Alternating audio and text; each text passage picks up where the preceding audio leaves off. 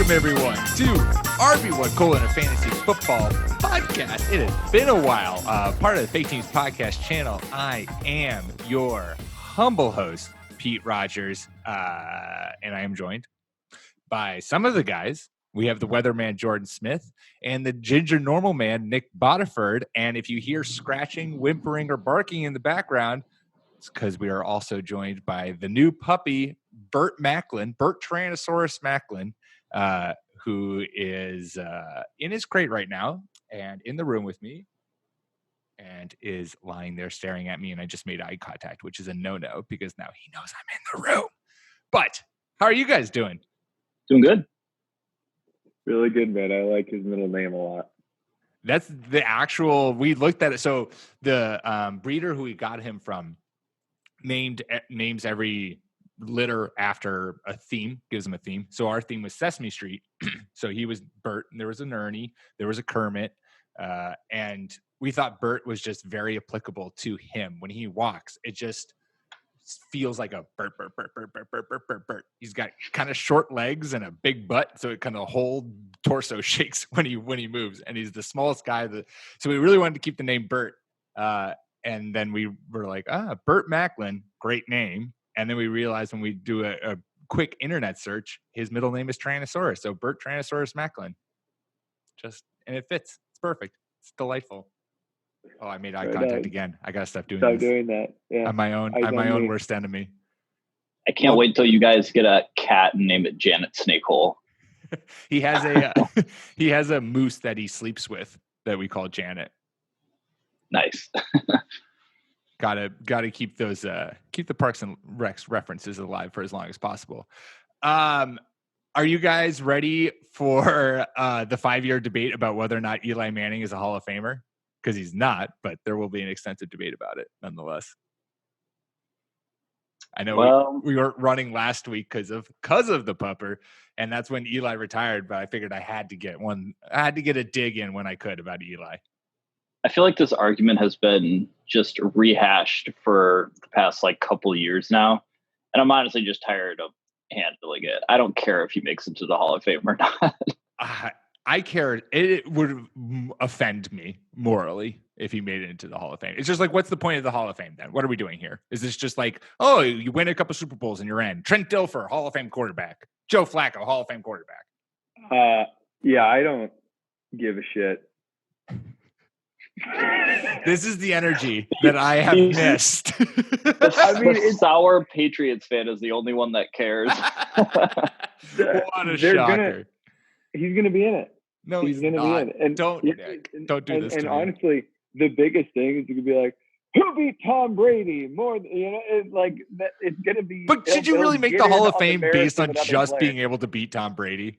I don't think that the standards for a Hall of Fame are very high. It's so preposterous. What is the point of the Hall of Fame? Is the Hall of Fame just going to be like the Pro Bowl, or it's just? That's what it is. Do you watch? Who in God's name watches the Hall of Fame introductory shit? Like, no one cares. It's all it is like an old boys club where you get your fancy jacket. And the only story that I care about is that Michael Irvin didn't take his jacket off for a week, and he was like, looked at the camera and was like, "Yeah, even in bed." You're like, you're a fucking sociopath. No, Michael, no. Yeah, that is not how you do it. No, it's really disrespectful. But anyway, I don't care at all. And Eli Manning is a terrible quarterback. And it's nice that Clark's not here actually to challenge that point. To challenge that he's a terrible quarterback? How can anyone say he's not? I mean, he had two exceptional runs. Yeah, well, Clark sees the best in people. I think Eli Manning was a fine quarterback for a long time. And that was 6 years ago. He was a decent quarterback, yeah. Yeah. And I don't give a shit if he makes the Hall of Fame. I think he will. Yeah. I think just the further we get away from actual playing time, Eli Manning, is when people will start to remember specifically the Super Bowl runs and those playoff runs. And I don't think the wobbly duck mouth breathing Eli will be remembered as much. It'll be like a positive nostalgia type of thing. And I don't know. I kind of take a look at some of the quarterbacks who are actually in the Hall of Fame. And if Terry Bradshaw's in the Hall of Fame for being a quarterback, I think Eli Manning has a pretty solid case to make it. Granted, it's different now. I mean, Terry Bradshaw in the 70s versus Eli Manning in a more pass-happy NFL now, but I never thought Terry Bradshaw was a good quarterback either, and he was carried by the Pittsburgh defense his entire career, but that's another argument. I agree with what you're saying there, Jordan. We're going to be talking about, like, what a nice guy he was. Like, he had really good intentions. And I don't give a shit. I mean, that was like all the stories when he announced that he was going to retire, is you just saw and heard about all these great stories about, Eli came back after the team left the bar and paid for the entire tab, or like give the waiters all $100 bills, and it's just going to be like a very big love fest for him. And it helps that his last name is Manning. Yeah. Massively. Yeah. Basically, the only way he's getting it is because he's a Manning. That's the small bit of bitter hatred I'm holding on to. The bitter hope. Let it go, man. I can't. He's just not like, what are we doing here? Every fucking good quarterback then of that generation, like Ben Roethlisberger, Matt Ryan, like all of those guys, that whole genre, Phillip Rivers, all of those guys then are Hall of Fame quarterbacks. Are they? Dude, Roethlisberger's definitely going to get in, and that sucks. Because he's evil. Matt Ryan, maybe if he actually won that Super Bowl, I think he'd have a better case, but not so much if he doesn't win one. I agree with that. Yeah, no, if he won, Phillip Rivers. Well, Phillip Rivers no longer San Diego Charger or Los Angeles Charger. That's right. The Chargers are saying they're moving on because Tyrod Taylor is the future. Did they say that part? No, but who else they got on the roster? Easton Stick. So basically, the Chargers are drafting a QB at 6 overall. But yeah, so Phillip Rivers has a chance to go somewhere and win a Super Bowl. Someone actually, one of the writers for Fake Teams Antonio reached out or was saying, he tweeted at me and he was like, it's going to be fun to see Tom Brady play for the Chargers and Phillip Rivers play for the Patriots. And I was like, go burn in hell. I think that's a smart move by Los Angeles because Phillip Rivers is 37 or so. He's up there, and it's just he doesn't seem like he matches the timeline with some of the other young talent on their team. Totally. And it's kind, especially after this season, it kind of feels like the game is passing him by a little bit. Rivers has had to use the entire right side of his body to throw a ball for a few years. It's so bad now. Yeah. A shot puts it like 15 yards downfield. It's so bad. Stop looking at the dog. Sorry. Well, he hasn't pooped yet today, or he pooped early in this morning, and I'm paranoid that he's going to poop in the crate and then roll around in it. Oh, that wouldn't be good. I know. These are the joys of fatherhood. The biggest speculation I see is Rivers to Tampa Bay because Phillip Rivers just packed up and left for Florida. But is Phillip Rivers at this point in his career better than Jameis Winston? No. He's cheaper, probably. Worse. But I mean, again, he really can't throw downfield. That's a terrible match. Yeah, I don't like that true. At all. Well, we have a very special guest, since this is actually, despite the fact that we spent the first 15 minutes talking about Eli Manning, Phillip Rivers, and my new puppy. This is a Super Bowl podcast, Super Bowl preview podcast. And for that, we would like to welcome on special guest, Oscar Aparicio, who's the host for the Better Rivals podcast over on NinersNation.com. Oscar, how are you? I'm doing swimmingly. It's Super Bowl week. I'm excited to get into the game. Man, it's been a while since we've been here, so I'm super pumped. Yeah. Well, it's Super Bowl week, which means we are here for the Super Bowl LIV preview. Shout out to Liv Tyler for making it this far in a man's game. Go win it all, Liv. We have 5 categories that we're going to talk about to preview this game, and we will start with the first category of the 5 that we'll be talking about to preview this game. And that category, the category 1 that is, that we are using to talk about this game is what will happen. So one thing we are certain will happen in this game. Oscar, as the guest, we'll start with you. What is one thing you are certain is going to happen in this game? You know, one thing that I think will happen is that the teams will hit the over. I think the over is it's set at like 54.5 at this point.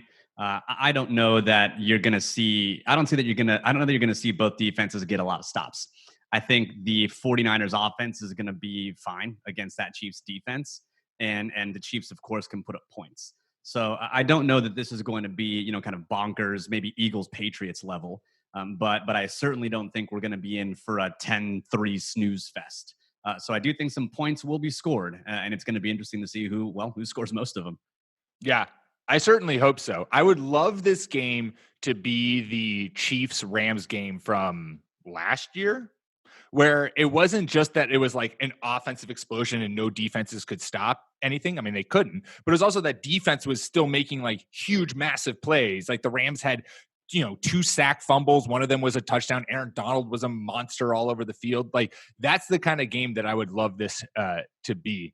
Yeah, I think everyone looks at the last 2 games for the Niners and they think to themselves, oh, Jimmy Garoppolo, he's the first quarterback since the elder Greasy to win a playoff game without throwing the ball more than 10 times.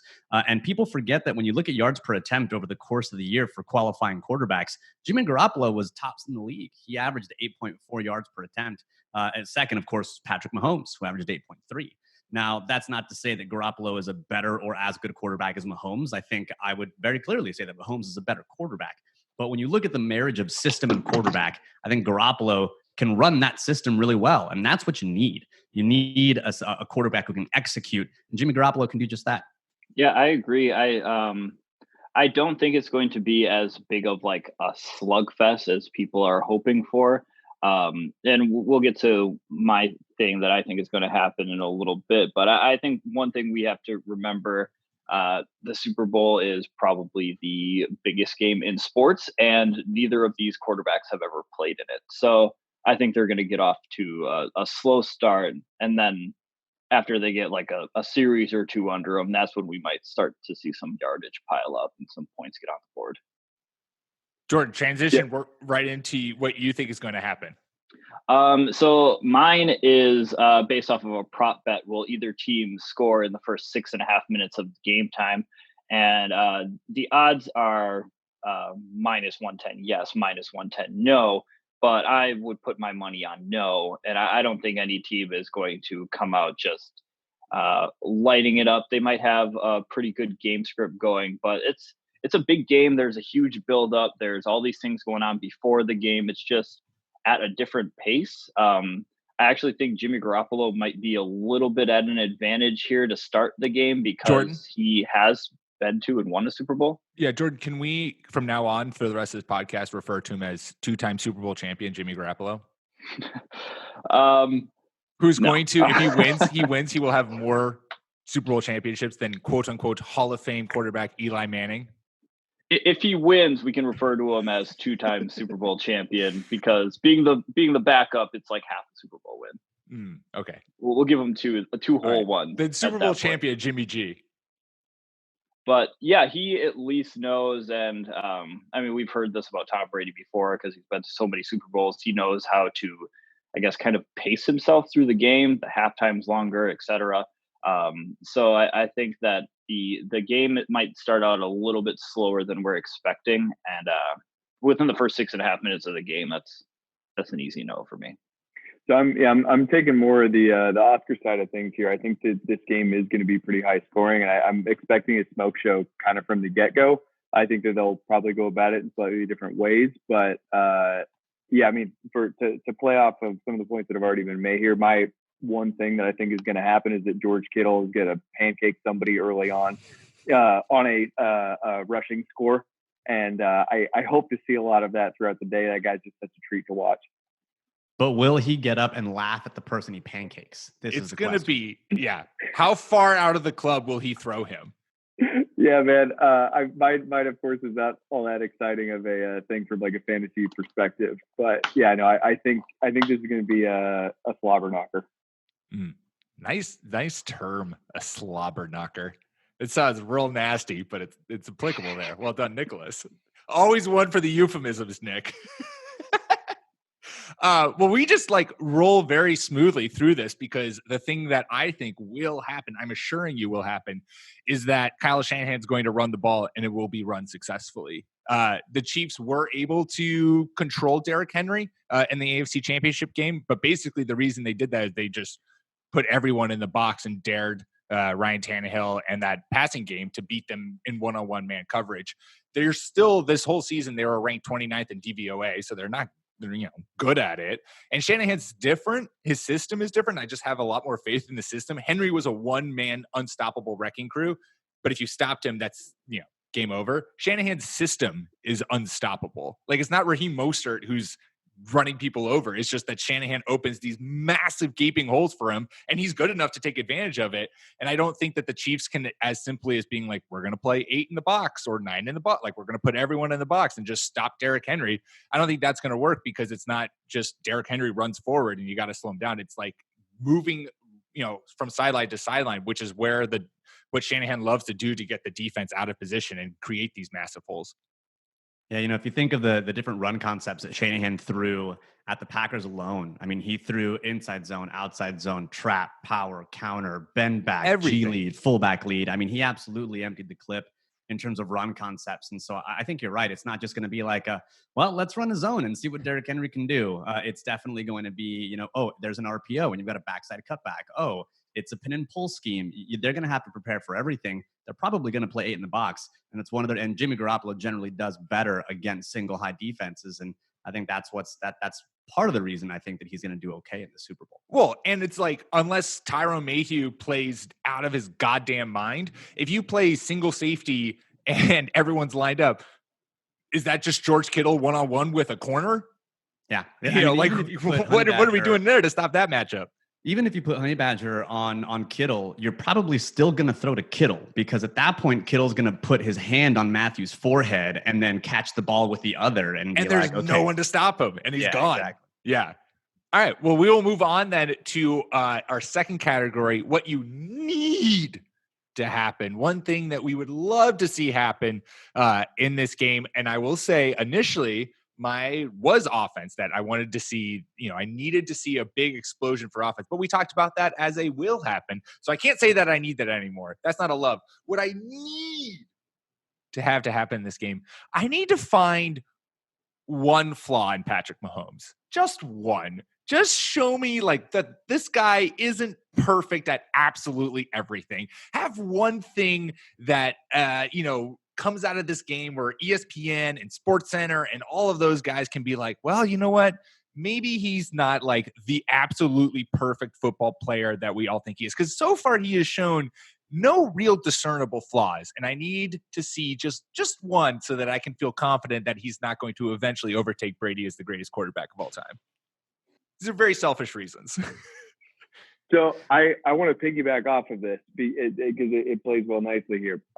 What I need to see is Richard Sherman do something to make Seattle fans, pardon the profanity, but just shout "fuck" at the screen. So Oscar, I'm a Seattle native whose love of Pete Carroll has drastically soured, and I'm very angry with him for having let Sherman go. I'm ready to see him ousted. I want to see a huge game out of Richard Sherman, and I think it would be very nice if he is able to take Mahomes to task on one side of the field. Oh, man. And that, my friend, we are aligned because the thing that I want to see is I want to see that 49ers secondary, or maybe it's, in terms of a fumble being forced from that defensive line. Mm-hmm. I need to steal a possession from Mahomes.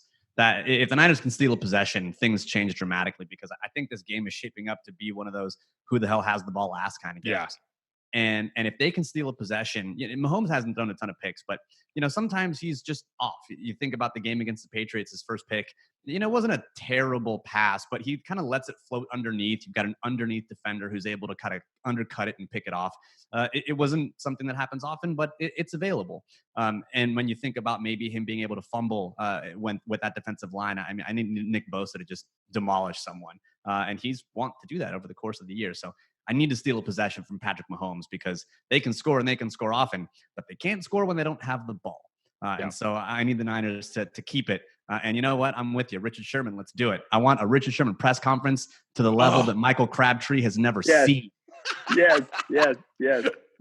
Love it. Richard Sherman just comes onto the stage winning a Super Bowl and just being like, Michael Crabtree. And he's like, what, man? I've been retired. I'm literally out of the league. I want him to bring Crabtree's chain and have a turkey leg in the other hand and just every slight ever. I want it all on, just air on it there. out. Yeah. I'm in.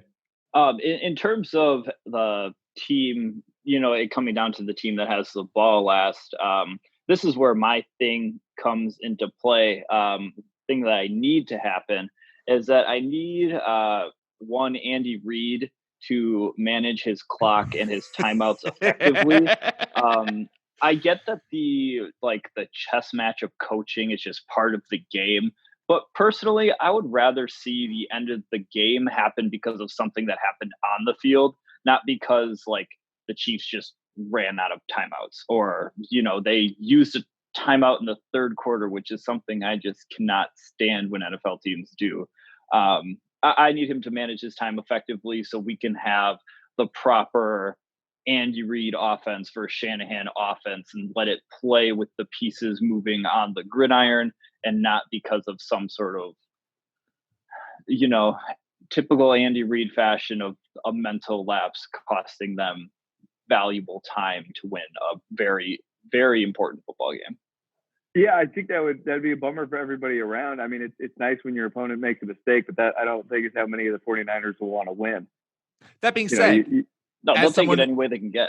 Yeah, as someone who won a Super Bowl personally, if that win comes, it doesn't matter how it happens. I don't care if the lights. Look, all I'm saying is I know exactly where all the transformers are near the stadium, and I will shut the lights off. I will shut them down. I mean, I as someone who won a Super Bowl because Pete Carroll decided to throw the ball at the 1 yard line as opposed to run it with the best running back in the league at that season. Hey, I happily will win a Super Bowl on the backs of a bad coach move. Yeah, that's fair. That's fair. I got you, Nick. All right, before we move on to our final three categories and get into the real good stuff, the picks, the non-quarterback Super Bowl MVP, we're going to take a quick ad break. All right, we have, what do we got? 4 categories left, really 3 categories, and then we're going to pick a winner. First category, we're going to Super Bowl week stories we are 100% going to get sick of because you know that there's going to be a bunch out there that are just going to be spreading around. You're like, all right, I've heard this over and over and over. Nick, let's start with you. What story that you know is going to be all over the airwaves for this entire week that you're just going to be like, I'm sick of this already? So Oscar touched on this earlier when he was, and you did too, when you guys were discussing the nature of the Shanahan run game. I am going to bleed out of my ears if I have to listen to people talk about how this is like an old school football team that wants to control the clock by running the football and totally missing the way that this run game operates. This is not just like a hand the ball off 3 yards pile of dust. This is a much differently designed style of run game. It's a unique run game. And I don't want it to be just addressed as this dumbed down, throwback old school style offense. I think for me, you think about something you'll hear often. We've talked about a couple of them already. You're going to hear a lot about Jimmy Garoppolo, whether or not he's good. You're going to hear a lot about the running game, Andy Reid, Kyle Shanahan.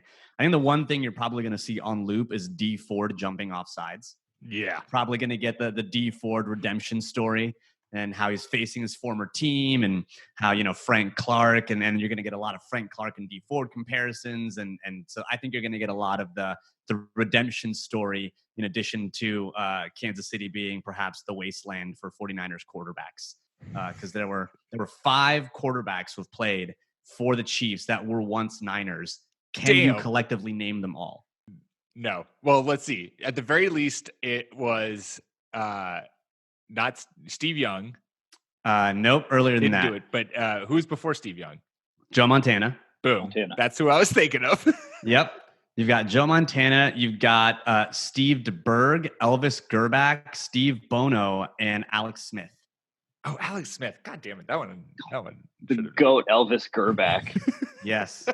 Who was, interestingly enough, accidentally voted the sexiest man alive. Really? Yes. Well, Google it. Trust me. I do not tell lies. All right. Well, I would believe everything that comes out of your mouth. I am in. Sexiest Did man Garoppolo alive. win that award too? He won it in the fans' hearts every time he winks at you every time. and That says, smile. "Feels great, baby." Oh my God, that smile is incredible. Did he win because Gerback is super close to the last name Presley? I have no idea. I don't know how these things happen. It was a tabulation error. PricewaterhouseCoopers got the wrong thing. Someone said Moonlight. Someone said Elvis Gerback. It was crazy. Yeah, I love it. I would love it. That's the news story. That's the story we, as the RB1 podcast, are going to spread through Super Bowl week. Is that Elvis Gerback won because of a technical error? It was supposed to be Elvis Presley. That's how he won Sexiest Man of the Year. The thing for me that I'm already sick of and 100% sick of, it's two things, both Chiefs related, unsurprisingly. Am I missing something here? I didn't see it live, so I didn't understand the importance and the gravitas of the moment. But that Patrick Mahomes touchdown run, am I the only one who it didn't really do anything for? People went fucking ape shit for it and thought it was the greatest play in NFL history. And I was like, well, he stayed in bounds and then fell into the end zone. Yeah, he survived some hits, but it wasn't this incredible. Lamar Jackson had 5 better runs this season than that. So I don't know if I'm just missing something here, but I know that play is going to get played over and over and over in the Patrick Mahomes highlight reel. I am just already not a fan of Tyreek Hill being here. So I don't need to have a microphone in his face for a week and hear whatever shit spews out of it. So, but anyways, but the main Patrick Mahomes run, someone tell me why that thing is actually as incredible as it is. I think it's the same reason that people get excited over fat guy touchdowns. It's because you don't really expect it. You're like, that guy's a tackle. He shouldn't be able to catch the ball. And you look at Mahomes, Lamar Jackson, you expect that from Lamar Jackson. You expect that from, even the Colin Kaepernicks of the world, right? He had 181 yards rushing against the Packers in a game. I don't know that you expect that from Patrick Mahomes. And so when he does, a couple of curly cues, you're like, well, the bar for his running ability is set somewhere between I don't know, Mitchell Schwartz, and just above that. And so you're like, all right, cool. That was all right. All right. That's a reasonable. I feel that because the world already has a love fest for Patrick Mahomes, I feel like often his plays are overblown occasionally. But so that's a good clarifier, is that his bar is much lower. I thought his bar was so high that he was supposed to be like God. And so God doing a normal run was like, okay, God, let's chill. This is just this is so personal for you, because this is just someone validating the fact that Patrick Mahomes has not yet been. I need to find a failure. I need to find a flaw. Oh, it's that our expectations are just not that high for him. That's what it is. I mean, you've heard him talk, right? Yeah, sounds like Kermit. Because if you're going to find a flaw, that's where you start. There's his one flaw. God, can you imagine if that is your one flaw, is that you just have a kind of you sound like voice? Kermit the Frog? Right. I would do that. Hell yeah. I would sound like Kermit the Frog to be just the most physically gifted football player in the world. Everything Patrick Mahomes does is the best thing and most impossible thing you have ever seen. So just be prepared for that this week. That's why I need one flaw. Jordan, what is this Super Bowl week story that you're already 100% sick of? I am already sick of the media trying to determine which team's tight end is the most wild or quirky or insane tight end who likes to, throw blocks and is the best receiver on their team. Which one is it? We've got enough of that over the course of the regular season. I think we get it. They're both pretty good tight ends, and it's hard to do, but also there's not a lot of competition for it right now. So I don't really care about that's either one of them right now. That's such a good one, because yes, I can tell you that it is going to drive me up a wall when it's just who's funnier, whose social media presence is more impactful, who has crazier things. Is it Travis Kelce or George Kittle? Hey, you know who set that in motion? A little guy by the name of Rob Gronkowski for a year. Hall of Fame Rob Gronkowski? Are we talking about what? No, don't be crazy. That guy's so much to add. Look at him. Look at him squirming. I'm just giving out a roll, so I'm twiddling my thumbs. We're ready to move. All right, let's go on to who has the most to gain from winning this game. Jordan, why don't we start with you? Well, I think that it's pretty clear and obvious that it's Andy Reid. If he wins this game, he pretty much solidifies without any sort of question whether or not he deserves to be in the Hall of Fame as a coach. You hear these stories about Andy Reid being just a really innovative guy and like a genius around the league. People love him, but it will always be a blemish on his resume to not have had success when it counts. And if he wins this game, that's when the entire narrative flips. Yeah, so Andy Reid is the 6th winningest coach in NFL history. This is from Peter King's column from either this morning or yesterday. The 5 head coaches ahead of him, the 5 winningest, have won 26 NFL championships or Super Bowls. Andy Reid is the 6th. He's won 0. Yeah. So absolutely. I mean, he is that good. And that's the thing. It's like Andy Reid, great, but there's always that but there. And so I think, you're absolutely right. I think this is a big one for Andy Reid. It's too bad they're going to have to, have another go next year. It's going to be real bad. But I mean, with Patrick Mahomes having no flaws, they should be able to be in the Super Bowl every year. Perpetually. Exactly. So yes, I agree with this. I agree with the literal answer of Andy Reid definitely being it. I think perhaps the more meta answer is going to be the rest of the league. We always see sort of like fallout from the way that the game is won. Every team will try to he knows where I'm going with this. This is the most Every beautiful team will Nick try answer. To emulate the most like standout thing, and we've already kind of touched on it. It's going to be probably Shanahan's run game.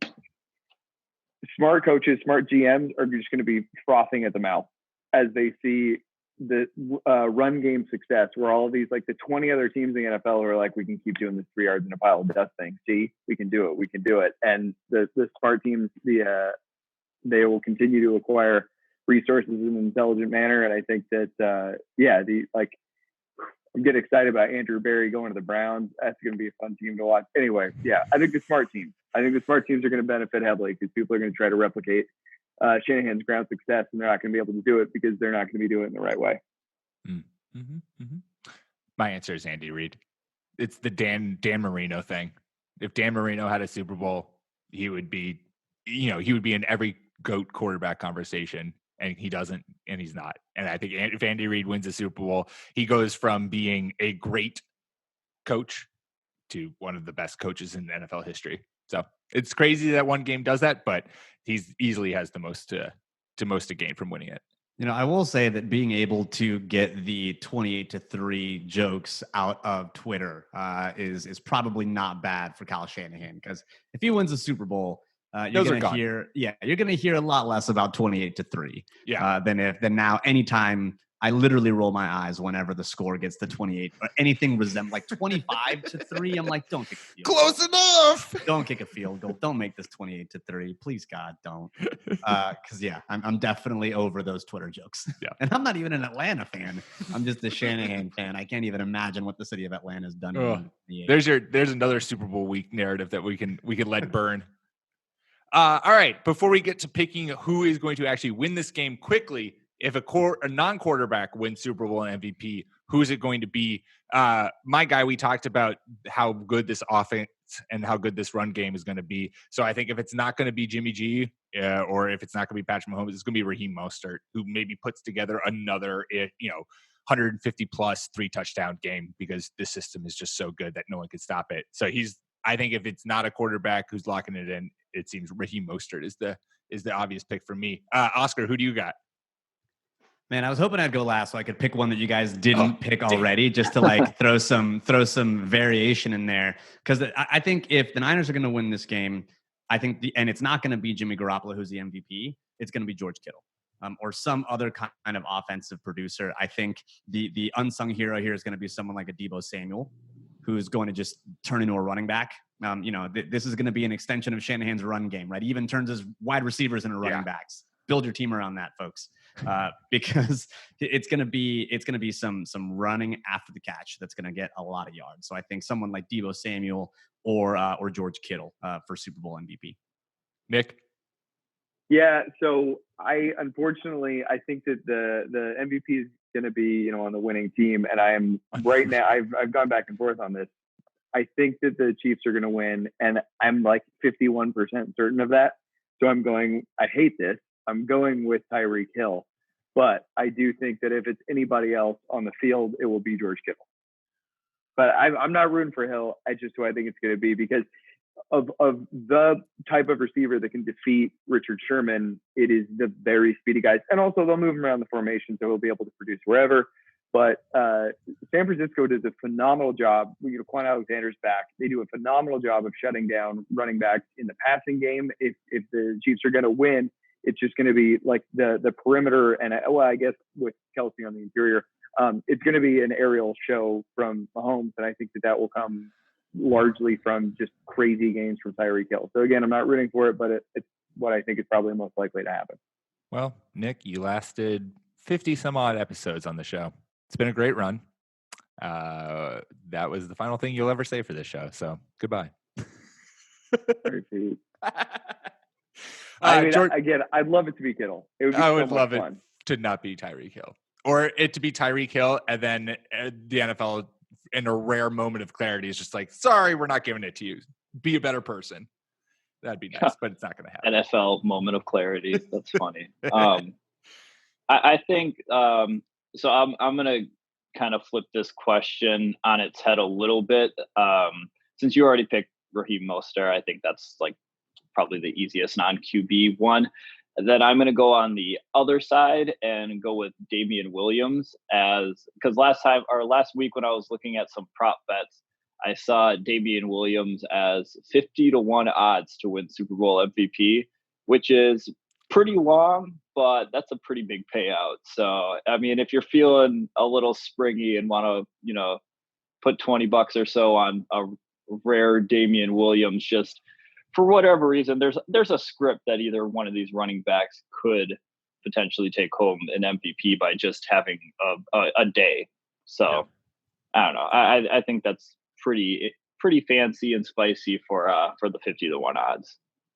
I like that. I had if the Chiefs win, my super sneaky one was if the Chiefs win, it's because I think Tyrone Mayhew does something just absolutely crazy and like is able to shut down George Kittle, gets a pick, maybe a fumble. Like he's been playing really well going through the postseason. I feel like it's always that flashy guy who has a couple flashy plays. Remember, what was it? Malcolm Smith? Malcolm Smith. There you go. Super Bowl MVP Malcolm Smith. That's all he needs to have. Paid by Oakland. He got paid. He got paid by San Francisco. That's right. You hate to see it. Oh, he was the worst linebacker the moment he was signed on the team. Yeah. That was good. I would love to see a side-by-side photo of Kittle and Tyrann Mathieu. I think George Kittle could literally put Tyrone Mayhew into like a baby Bajorn and just he's like 8 inches taller. Yeah, he's huge. Oh yeah. I mean, that's what I'm saying. It would have to be an absurd game. But yeah. I mean, who else on that Chiefs defense is making any plays? No one. Brashard Breeland's gonna make a bunch of plays. Brashard Breeland's gonna come at me now. No, Juan Thornhill is the only guy who was in there. Chris Jones, probably. That guy's pretty good at football. Yeah, he's decent. Frank Clark sometimes, but it just depends. Yeah, it's gonna be Sorensen making some special teams plays.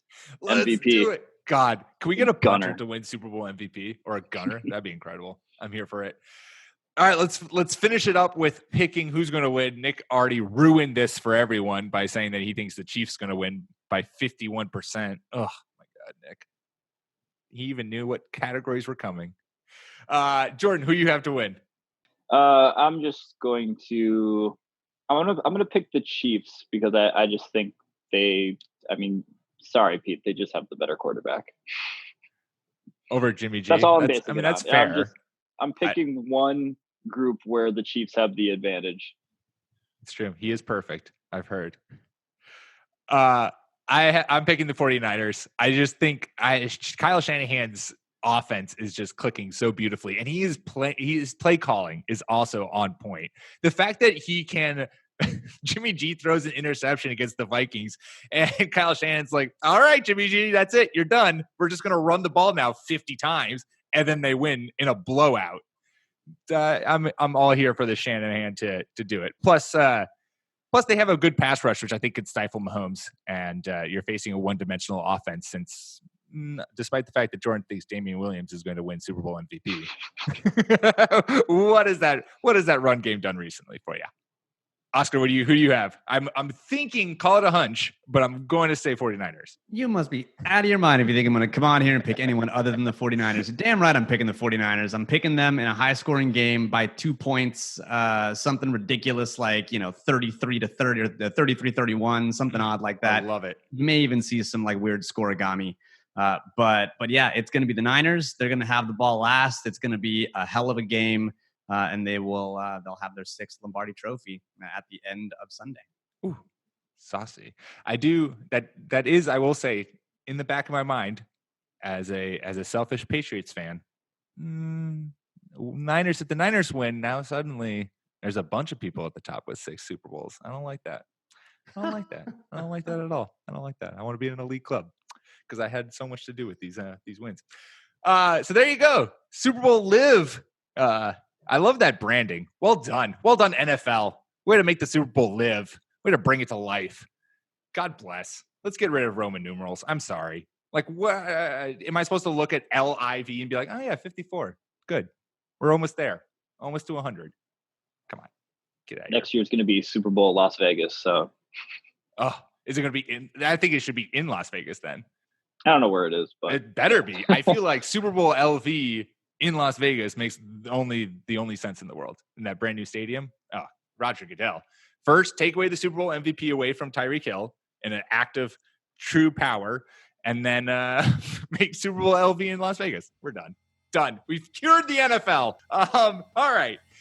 So that's all for us. Make sure to subscribe to the podcast. We're everywhere podcasts can be found. iTunes, Spotify, Stitcher, the whole 9 yards. Make sure to follow us on Twitter at RB1 Podcast. You can follow myself at PM Rogers, Jordan at Jordan_Smith27, and Nick at Ginger__Nick without a K. And big thanks to Oscar for just hopping on spur of the moment to join us in this Super Bowl preview.